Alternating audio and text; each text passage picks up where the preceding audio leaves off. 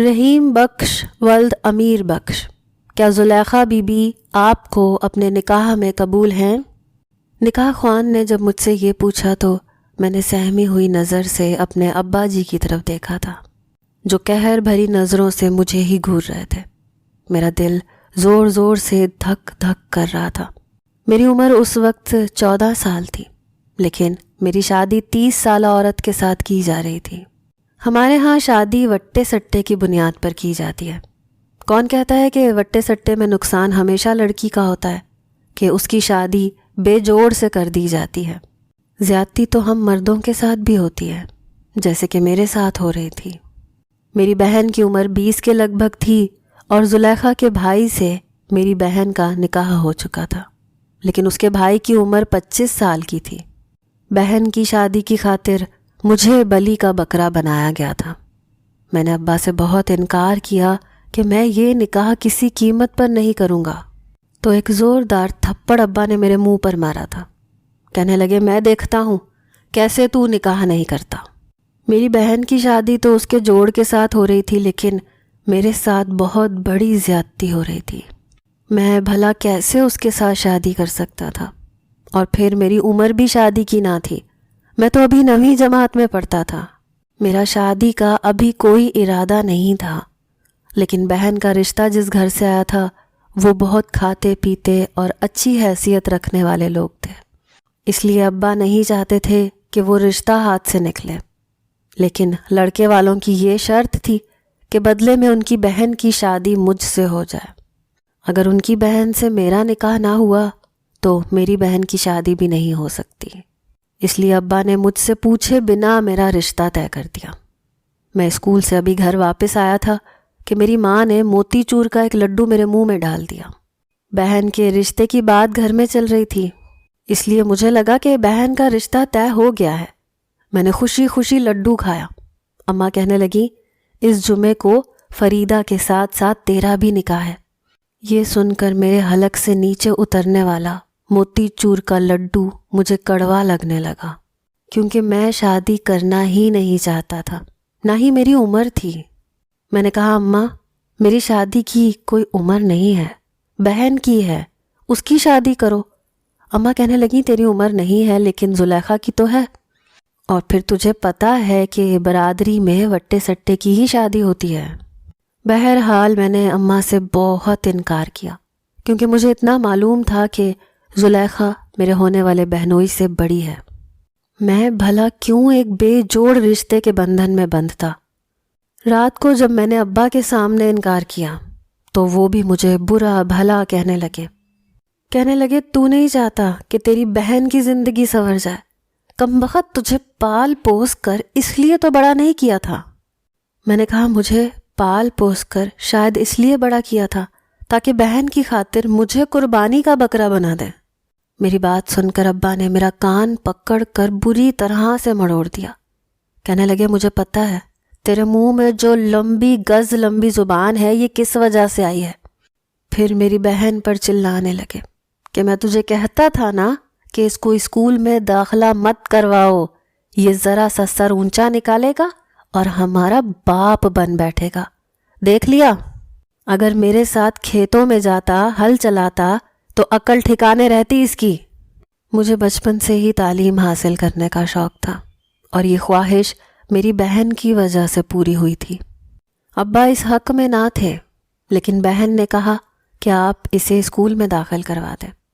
میں بڑی محنت سے ہر سال اسکول میں پوزیشن لیتا تھا، اور ابھی بھی میرے بورڈ کے پرچے بڑے اچھے ہوئے تھے۔ میری خواہش تھی کہ میں 10ویں جماعت کے بعد شہر جا کر وکالت پڑھوں گا اور ایک کامیاب وکیل بن کر اپنے گاؤں کی فرسودہ رسموں کو ختم کر دوں گا۔ لیکن میرے خاندان اور برادری کے ریت رواجوں نے تو جیسے میرے سارے خواب ہی چکنا چور کر دیے تھے۔ وہ بہن جو اب تک میرا ساتھ دے رہی تھی، آج وہ بھی منہ پھلائے اپنا رخ موڑ کے بیٹھ گئی، کیونکہ میرے انکار پر اس کا رشتہ بھی ٹوٹ جاتا، جو کہ میری بہن کے نزدیک بہت اچھا اور امیر گھر کا رشتہ تھا۔ سب سے بڑی بات یہ کہ جوڑ کا رشتہ تھا۔ مجھے اپنی بہن کی خود غرضی پر افسوس ہوا تھا۔ بہرحال میں نے کھانا پینا چھوڑ دیا۔ کہ شاید میرے ابا اور اماں کو اپنے اکلوتے بیٹے کا خیال آ جائے، لیکن ایسا کچھ نہیں ہوا۔ ابا نے کہا تم کچھ بھی کر لو، تمہارا نکاح زلیخا سے ہر حال میں کرواؤں گا، اور خبردار جو نکاح خواں کے سامنے تم نے کوئی بھی تماشا لگایا۔ جس دن میرا نکاح تھا اس دن میں بہت رویا تھا، لیکن پھر بھی اماں نے عید والی سفید شلوار قمیض نکال کر دی، اسے کوئلے والی استری سے استری کیا۔ میں نے کپڑے پہنے تو میری کنگھی بھی اماں نے کی، آنکھوں میں سرما بھی لگا دیا۔ کہنے لگی کیسا گھبرو جوان لگتا ہے میرا بیٹا، کون کہہ سکتا ہے کہ تو 14 سال کا ہے؟ میری ماں نے تو یہی کہنا تھا، مجھ سے دگنی عمر کی عورت سے میری شادی جو کر رہی تھی۔ بہرحال میرا نکاح زلیخا کے ساتھ کر دیا گیا۔ رات کو گاؤں کے جاگیردار کی حویلی کے بڑے سے صحن میں شادی کا فنکشن رکھا گیا تھا، وہیں سے میری بہن نے رخصت ہو کر اپنے سسرال جانا تھا، زلیخا نے میرے گھر آنا تھا۔ میں نے جب سامنے بیٹھی اپنی دلہن کو دیکھا تو میرا جی چاہا کہ میں اپنا سر پیٹ لوں۔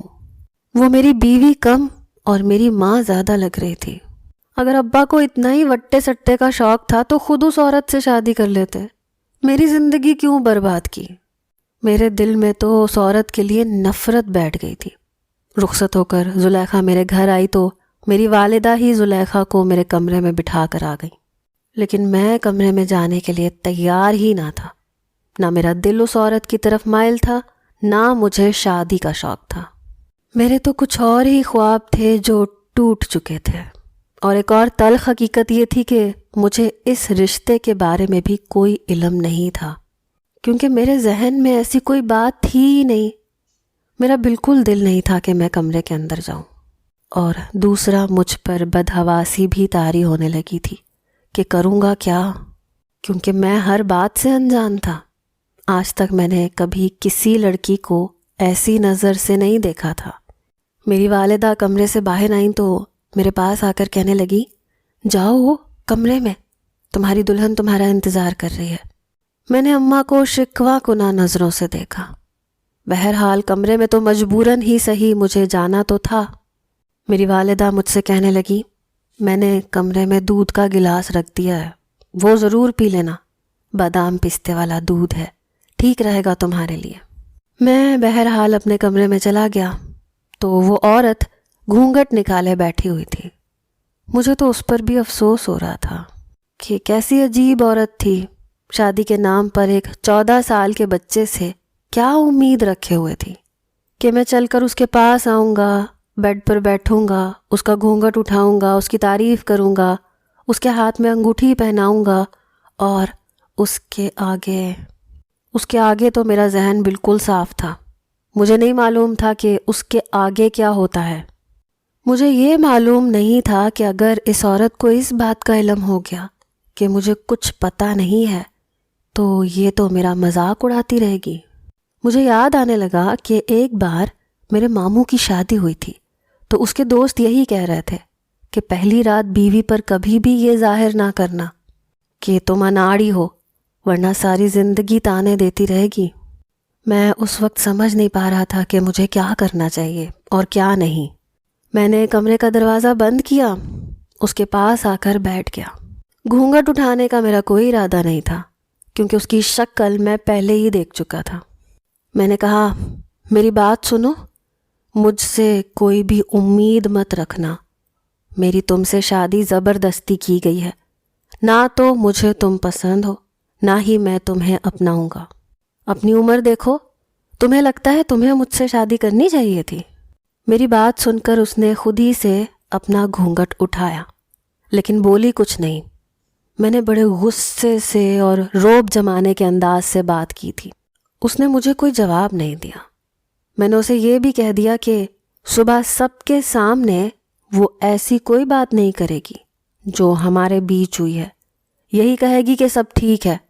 یہ کہہ کر میں نے اپنا تکیہ اٹھایا، زمین پر جا کے لیٹ گیا۔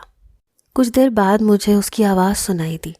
وہ کہنے لگی، سنیے، بے شک عمر میں آپ مجھ سے چھوٹے ہیں، لیکن رشتے میں آپ کا مقام مجھ سے بڑا ہے، اس لیے آپ بیڈ پر سو جائیں، میں زمین پر سو جاؤں گی۔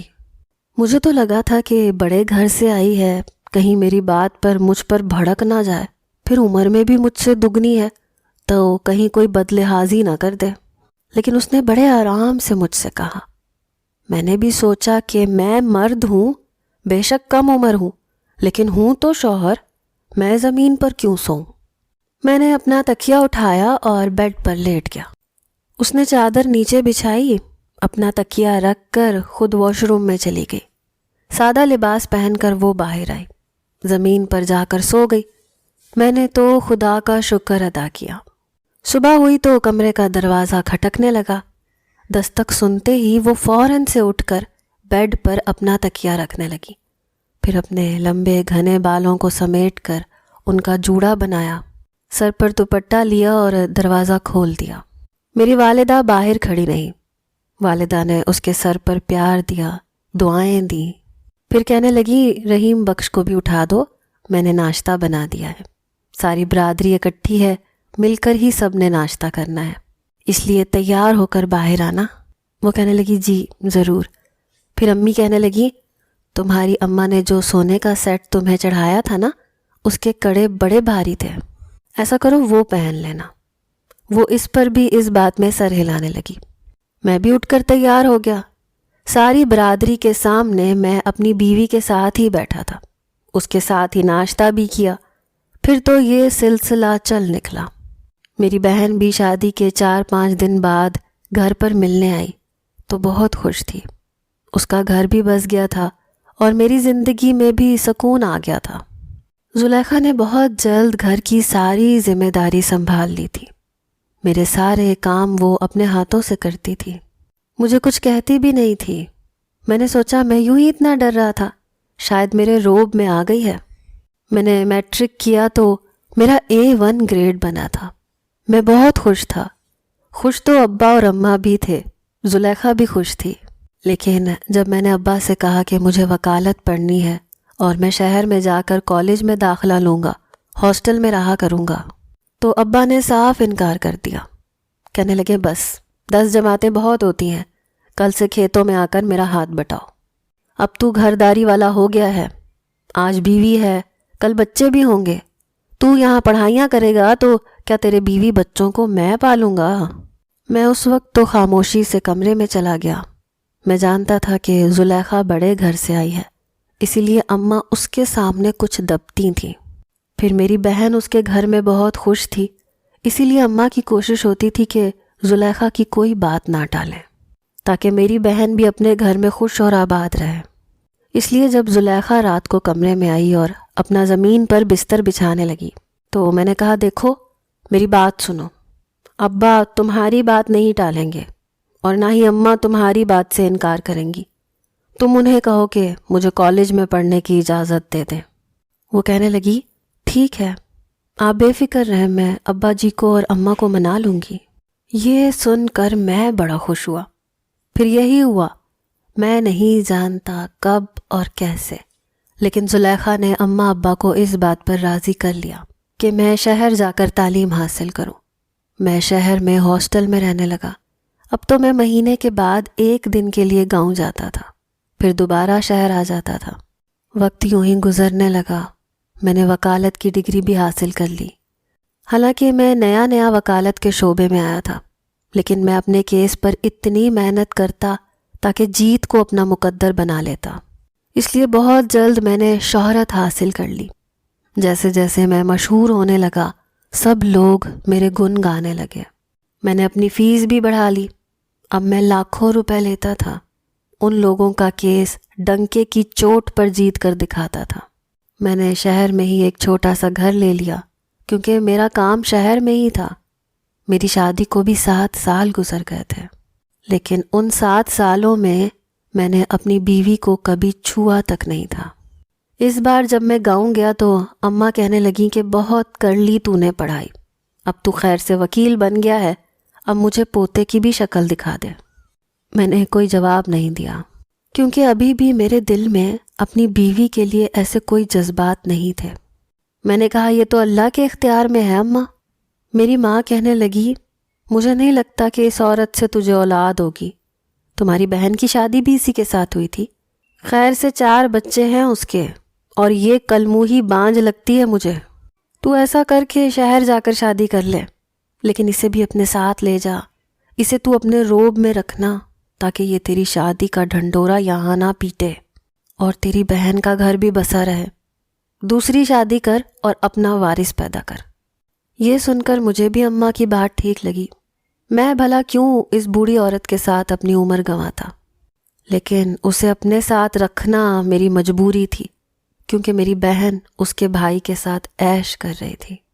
اسی لیے میں اسے اپنے ساتھ شہر لے گیا۔ زلیخا جب میرے ساتھ شہر آئی تو وہ بہت خوش تھی۔ کہنے لگی، سنیے جی، میں نے سمندر کے بارے میں بہت سنا ہے، کیا آپ مجھے سمندر دکھائیں گے؟ میں نے کہا، میں تمہیں یہاں سیر و تفریح کروانے کے لیے نہیں لایا، بلکہ اپنے کام کاج کے لیے لایا ہوں۔ میری بات سن کر اس کا مسکراتا ہوا چہرہ بجھ گیا، لیکن مجھے کہاں پرواہ تھی۔ لیکن اس نے میرے گھر کو شیش محل بنا کے رکھا تھا، ہر چیز کو بڑے کرینے سے رکھتی تھی، گھر ہر وقت صاف ستھرا رہتا تھا، کھانا بھی بڑا مزے کا بناتی تھی۔ ابھی 4-5 ماہ ہی گزرے تھے کہ کورٹ کا ایک وکیل میری شوہرت سے بہت مروب تھا۔ اپنی بیٹی کے لیے میرا رشتہ اس نے خود مانگا تھا۔ اس کی بیٹی بھی اپنے باپ کے ساتھ میرے آفس میں آئی تھی۔ وہ مجھ سے کہنے لگا، دیکھو اب ہم اس دور میں نہیں ہیں کہ تم اپنے والدین کو میرے گھر بھیجو، میری بیٹی کا رشتہ مانگو۔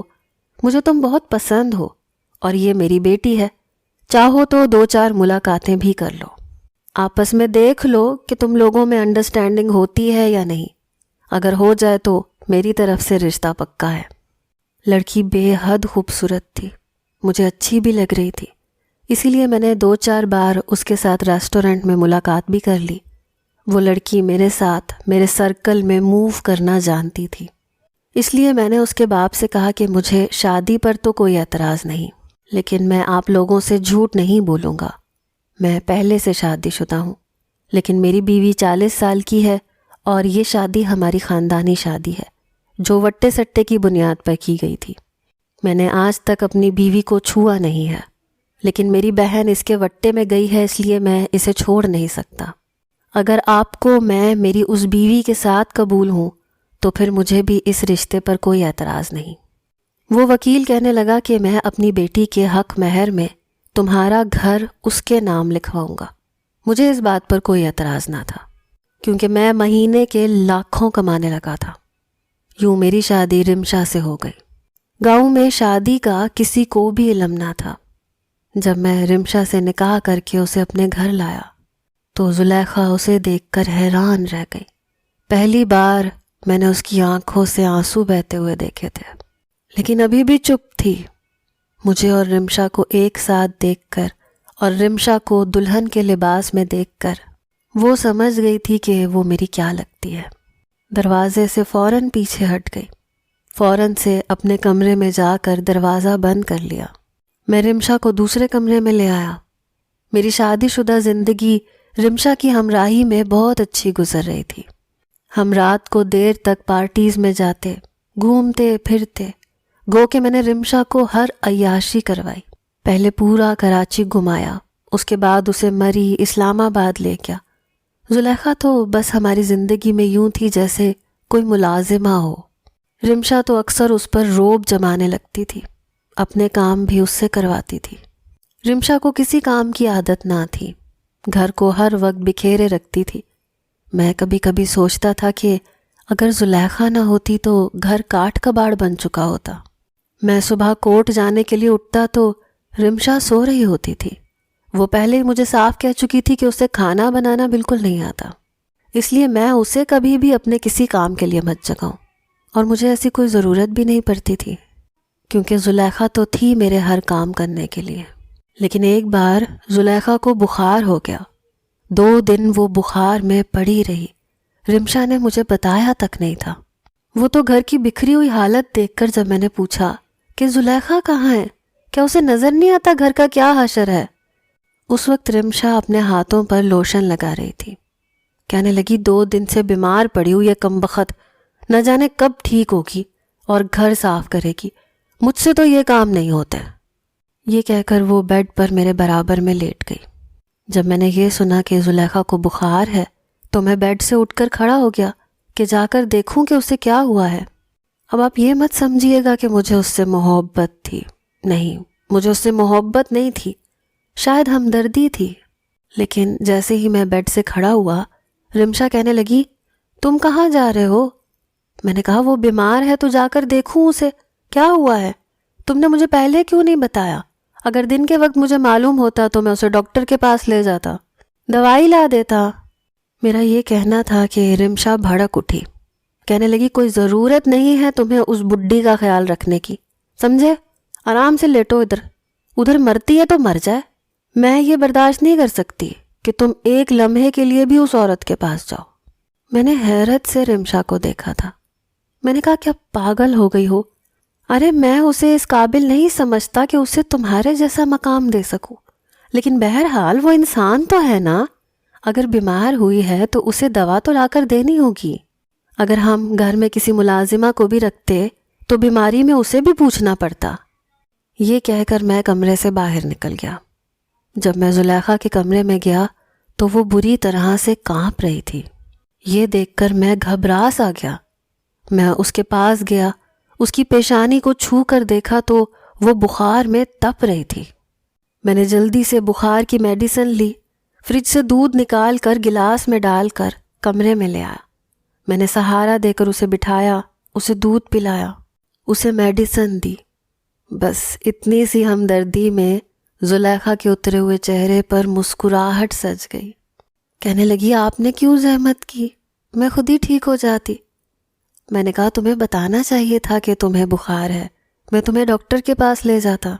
اس نے میرا ہاتھ پکڑ لیا۔ اچانک ایک زوردار جھٹکا میرے دل کو لگا۔ اس کا ہاتھ اس وقت آگ کی طرح تپ رہا تھا۔ نہ جانے کب اور کیسے وہ میرے ساتھ لگ کر رونے لگی، اور میں یوں تھا جیسے سانس لینا بھول گیا ہوں۔ کہنے لگی، میں تھک چکی رحیم بخش۔ ابھی اس نے اتنا ہی کہا تھا کہ اسی وقت کمرے کا دروازہ کھلا۔ رمشا دروازے کے پاس کھڑی تھی، اور یہ دیکھ کر رمشا کو تو آگ بگولا ہو گئی۔ حالانکہ جیسے ہی دروازہ کھلا تھا میں چونک سا گیا تھا۔ وہ بھی فوراً مجھ سے پیچھے ہٹ گئی تھی، اپنے آنسو صاف کرنے لگی تھی۔ رمشا میرے پاس آ گئی، کہنے لگی، تو یہ ہمدردیاں جتا رہے تھے تم اس بڈھی کھوسٹ کے ساتھ؟ اٹھو یہاں سے اور چلو میرے ساتھ، خبردار جو میں نے تمہیں دوبارہ اس عورت کے پاس بھی دیکھا تو۔ رمشا اس رات مجھ سے بہت لڑی جھگڑی۔ میں نے اسے کہا کہ ایسا کچھ نہیں تھا جیسا تم سمجھ رہی ہو، لیکن وہ تو کچھ بھی سننے کو تیار ہی نہ تھی۔ مجھ سے کہنے لگی، طلاق دو اس عورت کو یا اسے گاؤں چھوڑو، میں اسے اب ایک لمحہ بھی اپنے گھر میں برداشت نہیں کروں گی۔ میں نے اسے کہا کہ میں تمہیں پہلے بھی کہہ چکا تھا کہ یہ عورت میری مجبوری ہے، میری بہن کا گھر بسا ہوا ہے اسی عورت کی وجہ سے۔ اگر میں نے اسے گاؤں میں بھیجا، کسی کو بھنک بھی پڑ گئی کہ میں نے دوسری شادی کر رکھی ہے، تو میرا بہنوئی بھی میری بہن پر سوکن لے آئے گا۔ بڑی مشکل سے رمشا چپ ہوئی تھی۔ رمشا کے ساتھ میری شادی کو 1 سال گزر گیا تھا، لیکن وہ امید سے نہیں ہوئی تھی۔ میں نے جب اسے کہا کہ وہ ڈاکٹر سے رابطہ کرے، ہماری شادی کو 1 سال ہو چکا ہے۔ کہنے لگی، کس لیے؟ میں نے کہا، مجھے وارث چاہیے، اولاد چاہیے، اور کس لیے؟ کہنے لگی، دیکھو میں ابھی یہ بچوں کے جھنجٹ میں نہیں پڑنا چاہتی، ابھی 5-6 سال تو میں لائف کو انجوائے کروں گی، یہ بچے میں پیدا نہیں کروں گی۔ رمشا ناک منہ چڑھاتے ہوئے مجھے یہ کہنے لگی۔ میں نے کہا، میری والدہ کو پوتا یا پوتی چاہیے، اور تم کہہ رہی ہو کہ اولاد پیدا نہیں کرو گی۔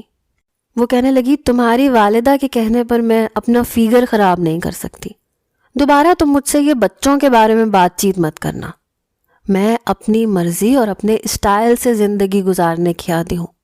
اب رمشا اکیلی پارٹیوں میں جاتی تھی، تب مجھے معلوم ہوا کہ اس کے دوستوں کے حلقہ احباب میں مرد دوست بھی شامل تھے۔ جب میں نے اس بات پر اعتراض کیا تو کہنے لگی، تم نے خود تو بیوی پال رکھی ہے، مجھے تم کسی مرد سے بات کرتے ہوئے نہیں دیکھ سکتے۔ دیکھو یہ تکیہ نوسی قسم کے مرد مجھے بالکل پسند نہیں ہے، ہمارے سرکل میں یہ سب چلتا ہے۔ میں چپ ہو گیا۔ ایک بار رمشا مجھ سے کہنے لگی کہ وہ ورلڈ ٹور پر اپنے دوستوں کے ساتھ جانا چاہتی ہے۔ میں نے کہا، کیا تمہارا دماغ خراب ہے؟ تمہارے دوستوں میں تو مرد بھی شامل ہیں اور عورتیں بھی. تم اکیلی ان کے ساتھ ورلڈ ٹور پر جاؤ گی؟ وہ بولی ہاں تو کیا ہوا، سب جاتے ہیں اور میں انکار نہیں سنوں گی، اور اگر تم نے انکار کر بھی دیا تب بھی میں ضرور جاؤں گی. میں نے جب اس کے والد سے یہ بات کی تو وہ بھی یہی کہنے لگے کہ تم میری بیٹی پر پابندیاں نہیں لگاؤ گے، وہ جانا چاہتی ہے تو جانے دو. رمشا کی بدتمیزی دن بدن بڑھنے لگی. میں نے اسے بہت روکا لیکن وہ روز اس بات پر جھگڑنے لگی، تو تنگ آ کر میں نے بھی اسے کہا کہ وہ چلی جائے. اسے میری ناراضگی کی کوئی پرواہ نہیں تھی، بلکہ اسے میری بھی کوئی پرواہ نہیں تھی. وہ چلی گئی، لیکن انہی دنوں زلیخا بہت بیمار رہنے لگی. پہلے سے کافی زیادہ کمزور ہو گئی تھی، رنگت بھی بالکل پیلی پڑ چکی تھی، آنکھوں کے نیچے ہلکے بھی گہرے ہو گئے تھے. آئے دن اسے بخار رہنے لگا. جب میں اسے کہتا کہ چلو تمہیں ڈاکٹر کو دکھا دوں تو وہ انکار کر دیتی. اس کے باوجود میرے سارے کام کرتی تھی. ایک بار میں اپنا ایک کیس رات کو اسٹڈی کر رہا تھا جب مجھے سسکیوں کی آواز آنے لگی. میں اپنے اسٹڈی روم سے باہر آیا. زلیخا کے کمرے سے مجھے سسکیوں کی آوازیں آ رہی تھیں. جب میں نے کمرے کا دروازہ کھولا تو وہ جائے نماز پر بیٹھی بے تحاشا رو رہی تھی. کہہ رہی تھی میرا کیا قصور تھا، میری شادی بھی زبردستی رحیم بخش کے ساتھ کی گئی تھی، مجھے بھی تو ریت رواجوں کی بھینٹ چڑھایا گیا تھا. میری شادی کی عمر اس لیے گزار دی گئی کہ میرے جوڑ کا کوئی رشتہ برادری میں نہ تھا. بھائی کو جو لڑکی پسند آئی اس کا بھائی 14 سال کا تھا. یہ سن کر میرا بھی دل ٹوٹ گیا تھا. میں بھی چاہتی تھی کہ میرا ہم سفر مجھ سے بڑا ہوتا، جس کے ساتھ میں زندگی کا سفر اچھا گزارتی، لیکن وہ کیا میرے جذبات کو سمجھ سکتا تھا جو خود 14 سال کا تھا. بھائی کے گھر کی خاطر میں نے بھی قربانی دے دی تاکہ اس کا گھر بس جائے. میری ساس دن بھر مجھ سے سارے گھر کے کام کرواتی تھی، لیکن شام کو مردوں کے سامنے یوں ظاہر کرتی تھی جیسے میرا بڑا خیال رکھتی ہے، اور مجھ سے کہتی تھی کہ اپنے گھر جا کر کوئی بات نہ کرنا. میں نے سب کے رویوں کو خاموشی سے سہا. میرے پاس کوئی ایسا نہ تھا جو میرے دکھ سکھ کا ساتھی ہوتا، دوست ہوتا، جس سے میں دل کی بات کرتی. جو میرا ہم سفر تھا وہ تو میرے پاس بیٹھنا بھی پسند نہیں کرتا تھا. جب اس کی شادی کی عمر ہوئی تو اسے بھی لڑکی مل گئی جس کے ساتھ وہ اپنی زندگی گزار رہا ہے. اے خدا، تو نے مجھے کیوں پیدا کیا تھا؟ کیا میرا کوئی جوڑ نہیں بنایا تھا؟ اور پھر بنایا تھا تو اتنا کم عمر جس سے میں دل کی بات ہی نہیں کر سکتی. مجھے رحیم بخش سے کوئی شکایت نہیں، لیکن ان رسم و رواجوں سے ضرور ہے جنہوں نے میری زندگی برباد کر کے رکھ دی. میرا کیا قصور ہے؟ عمر کے جس حصے میں پہنچ چکی ہوں مجھے ایک ساتھی کی اشد ضرورت ہے، جس کے کندھے پر سر رکھ کر میں اپنا ہر غم کہہ سکوں. اس کی باتیں سن کر میرا دل دھڑکنا بھول گیا تھا. میں نے تو کبھی یہ سوچا ہی نہیں تھا کہ اگر زیادتی میرے ساتھ ہوئی تھی تو زیادتی تو اس کے ساتھ بھی ہوئی تھی. آخر اس کے دل میں بھی تو خواہش ہوگی کہ اس کا شوہر اس کا ہم عمر ہوتا یا اس سے چند سال بڑا ہوتا، جو اس سے محبت کرتا، اسے اولاد دیتا، اس کے ساتھ محبت اور ہمدردی والا معاملہ رکھتا. میں نے تو اسے کچھ بھی نہیں دیا تھا، مگر بدلے میں اس نے میرے گھر والوں کو ضرور سنبھالا تھا. میں اس کے پاس آ گیا. وہ مجھے دیکھ کر گھبرا سی گئی. کہنے لگی آپ اور یہاں؟ اس نے جلدی سے آنسو صاف کیے، اپنا جائے نماز ایک طرف رکھ دیا. مجھ سے پوچھنے لگی کچھ چاہیے تھا آپ کو؟ میں نے اس کا ہاتھ تھاما اور بیڈ پر لے آیا. میں نے کہا یہاں بیٹھو. اس وقت اس کے ہاتھ برف کی مانند سرد تھے، لیکن جسم بخار میں تپ رہا تھا.